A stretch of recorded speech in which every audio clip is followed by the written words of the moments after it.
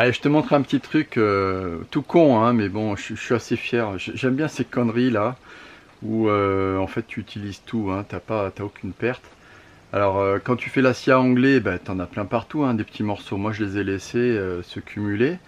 Pareil avec la tronçonneuse, hein, j'avais plein de petits morceaux. Donc bon, j'ai que des sections de 10 et de 5. Hein, et j'ai tout récupéré et regarde ce que j'en ai fait.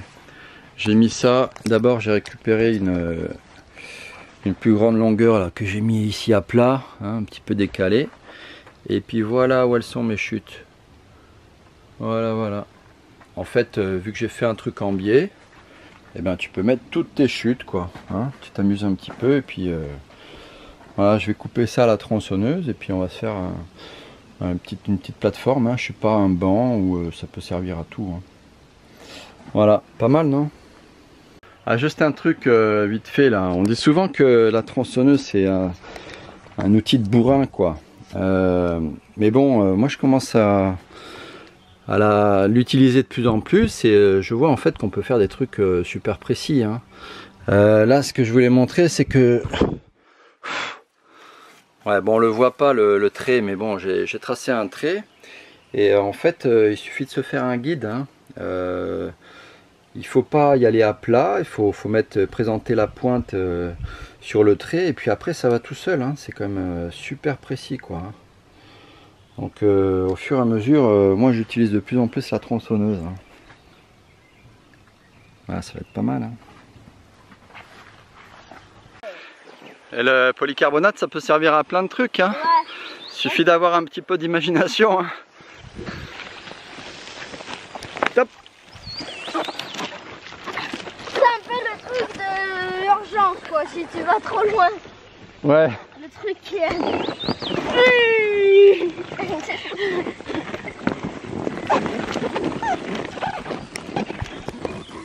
Bon, on va le poser, ce polycarbonate, ou on le garde en toboggan? On le garde. Hein? On le garde en toboggan? Ouais, on le garde. Faut pas le dire à maman, hein? Quoi? Bah, qu'on l'utilise en toboggan. T'imagines? C'est le test d'étanchéité? Le test d'étanchéité. Nicolas, tu veux tester le polycarbonate?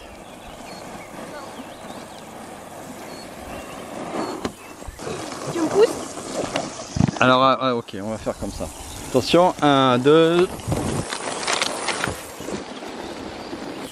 Nicolas, tu mets pas au milieu. T'es prêt?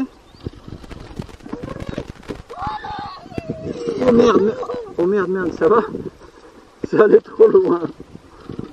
Qu'est-ce qu'il y a, bébé?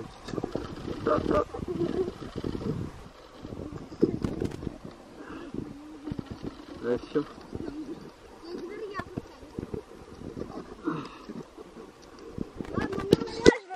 Mais il suffit qu'on fasse un... Faut qu'on achète. Il faut qu'on achète. Ok, alors on va se faire un... Fais gaffe parce qu'il y a des temps là, hein, ils vont vous piquer maintenant. C'est quoi les temps? Les temps, c'est les mouches qui te coupent. Ah ouais. Tiens, il y en a une là, regarde sur toi là. Là, ouais. Tu la vois? Sur, elle est partie. Ouais. Ah, elle est revenue. Non. Les temps, ils sont comme ça. Bon, on arrête l'eau parce qu'après on n'aura plus d'eau. Hein. Allez, stop. Pause. J'ai commencé à regretter l'hiver, moi. Hein. Ici, il fait 32 degrés. C'est super humide à l'extérieur. Hein. À l'intérieur, c'est même pas la peine hein, d'en parler. Hein. Là, à l'intérieur de la serre, je ne peux pas bosser. J'ai commencé les plantations et puis bon, c'est comme le sauna. Hein. Il doit faire 60. Je vais mettre un thermomètre d'ailleurs pour voir combien il fait. Mais il fait déjà super chaud. Bon, elle est terminée la serre. Donc je fais un petit bilan vite fait. Hein, juste les conneries. À mon avis, c'est bien de les partager. C'est les conneries que si jamais j'en refaisais une autre, bah, je ferai attention à ça. Et puis vous, vous pouvez en profiter aussi si jamais vous voulez faire la même chose.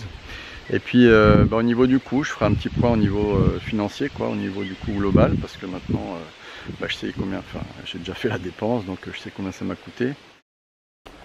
Là, c'est les pertes. Alors, bah, je me suis bien démerdé, mais j'ai pas eu assez quand même. Donc les portes là, les deux portes, je les ai faites avec du polycarbonate transparent que j'avais. Alors, les petites conneries. Le premier truc à éviter, bon moi j'ai fait des modules de 2,10 m parce que mon polycarbonate fait 2,10 m, donc c'est intelligent, mais j'ai pas calculé l'épaisseur du module qui est le départ de la façade. Donc bon, c'est con à dire, mais bon, il fallait que je fasse 2 mètres là parce que pour que le total fasse 2,10 m, hein, c'est un peu con. Moi je vais juste rajouter une petite bande, ça se verra pas. L'autre connerie aussi à mon avis, alors ça fait c'est bien hein, 2,10 m, donc on a les panneaux avec ici 2,10 m.